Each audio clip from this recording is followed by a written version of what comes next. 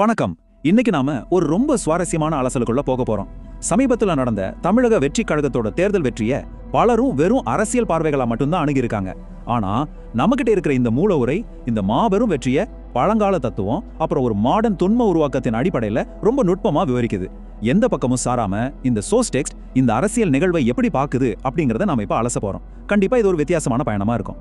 சரி, வாங்க நேரா விஷயத்துக்கு போலாம். இந்த கட்டுரை தேர்தல் முடிவுகளை ஒரு 5 முக்கியமான தத்துவ தூண்களா பிரிச்சு பாக்குது. 1 வரலாற்று சிறப்புமிக்க அரசியல் மாற்றம், 2 கர்மயோகமும் தியாகமும், 3 சங்க இலக்கியத்தின் ஞானம், 4 கூட்டு பிரார்த்தனை, கடைசியா தர்மத்தை நிறைவேற்றுதல். இந்த 5 தலைப்புகளுக்கு கீழே தான் இந்த ஒட்டுமொத்த விஷயத்தையும் நம்ம இப்ப பார்க்க போறோம். முதல்ல வரலாற்று சிறப்புமிக்க அரசியல் மாற்றம். இந்த முதல் பகுதியில ஒரு மாடர்ன் அரசியல் நிகழ்வை எப்படி ஒரு வரலாற்று பின்னணியில இந்த உரை நிறுத்துதுன்னு பார்ப்போம்.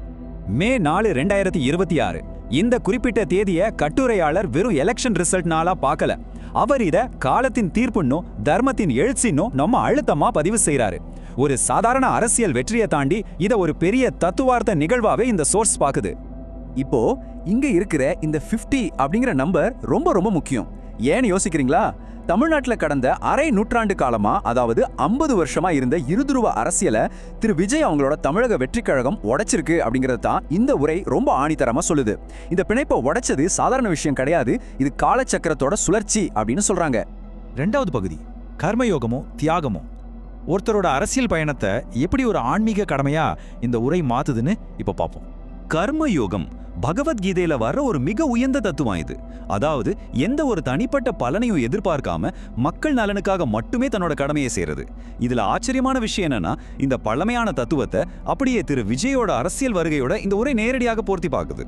கவனிங்க, ஒரு பக்கம் சினிமாவுல யாரும் தொட முடியாத உச்சம் கோடிக்கணக்கான வருமானம், இன்னொரு பக்கம் அதையெல்லாம் விட்டுட்டு சாதாரண மக்களுக்காக வீதிக்கு வர்றது. கட்டுரையாளர் இத ஒரு நவீன கர்ம யோகியோட செயலா பாக்குறாரு. எந்த எதிர்பார்ப்பும் இல்லாத இந்த தியாகத்துக்கு அந்த பிரபஞ்சமே துணை நிக்குது அப்படிங்கிறதுக்கு இந்த வெற்றியே சாட்சின்னு மூல உரை வாதிடுது. அடுத்து 3வது பகுதி சங்க இலக்கியத்தின் ஞானம். இந்த மாடர்ன் அரசியல் வெற்றிக்கு நியாயம் கற்பிக்க பழங்கால தமிழர்களோட நிர்வாக அறத்தை நோக்கி இந்த உரை எப்படி பின்னோக்கி போகுதுன்னு பாருங்க. நெல்லும் உயிரென்றே, நீரும் உயிரென்றே, மன்னன் உயிர்த்தே மலர்தலை உலகம். இந்த அற்புதமான புறநானூற்று வரியை கொஞ்சம் கவனிச்சு பாருங்க. ஒரு உண்மையான தலைவன் அப்படிங்கிறவன் வெறும் அதிகார மையமா மட்டும் இருக்கக்கூடாது, அவன்தான் மக்களோட ஆன்மாவா இருக்கணும் அப்படிங்கிறத சொல்லத்தான் இந்த மேற்கோளை அவங்க பயன்படுத்துறாங்க. இது ரொம்ப சிறப்பா எதை விளக்குதுன்னா, மௌரியர் காலம், சாதவாகனர் காலம், அப்புறம் நம்ம சங்ககால தமிழகம், இதுல எல்லாம் அறத்தோட அடிப்படையில் அமையாத எந்த ஆட்சியும் நிலைச்சதில்லைன்னு வரலாறு நமக்கு சொல்லுது. இப்போ கிடைச்சிருக்க இந்த வெற்றி கூட அந்த மாதிரி ஒரு பழங்கால அறம் சார்ந்த ஆட்சி திரும்ப வரணும்னு மக்கள் மனசுல இருந்த ஆழமான ஏக்கத்தோட வெளிப்பாடுதான்னு கட்டுரை சொல்லுது. 4வது பகுதி கூட்டு பிரார்த்தனை, அதாவது கலெக்டிவ் கான்ஷியஸ்னஸ். இந்த வெற்றி எப்படி உண்மையாவே சாத்தியமாச்சு அப்படிங்கிற கொஞ்சம் மெட்டபிசிக்கலான வாதத்துக்கு இப்ப நம்ம நகரலாம். இந்த உரை சொல்றபடி பார்த்தா இது வெறும் இவிஎம் மெஷின்ல விழுந்த ஓட்டுகளோட எண்ணிக்கை மட்டும் கிடையாதுங்க. மக்கள் எப்ப நேர்மையான மாற்றத்தை தேடுறாங்களோ அப்போ இயற்கையே ஒரு மாபெரும் சக்தியை உருவாக்குமா. அந்த கோடிக்கணக்கான மக்களோட கூட்டு பிரார்த்தனை தான் இப்ப இப்படி ஒரு தேர்தல் வெற்றியா மாறி இருக்குன்னு இதுல ரொம்ப உணர்வு பூர்வமா விளக்கியிருக்காங்க.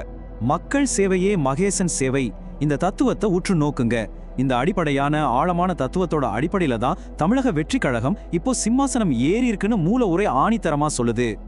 இப்போ நாம கடைசி பகுதிக்கு வந்துட்டோம், தர்மத்தை நிறைவேற்றுதல்.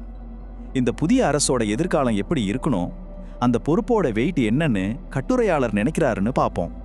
முறை செய்து காப்பாற்றும் மன்னவன் மக்கட்கு இறையென்று வைக்கப்படும். நீதியை நிலைநாட்டி மக்களை காப்பாத்துற ஆட்சியாளன் தெய்வத்துக்கு சமமா மதிக்கப்படுவான்னு சொல்ற இந்த திருக்குறளை தான் புதிய அரசாங்கத்துக்கான அல்டிமேட் ஸ்டாண்டர்டா கட்டுரையாளர் செட் பண்றாரு. பொறுப்பு எவ்வளவு பெருசுன்னு இது உணர்த்தது இல்லையா? இந்த புதிய அரசாங்கத்துக்கு சோர்ஸ் டெக்ஸ்ட் கொடுக்கிற தெளிவான எச்சரிக்கை இதுதான்.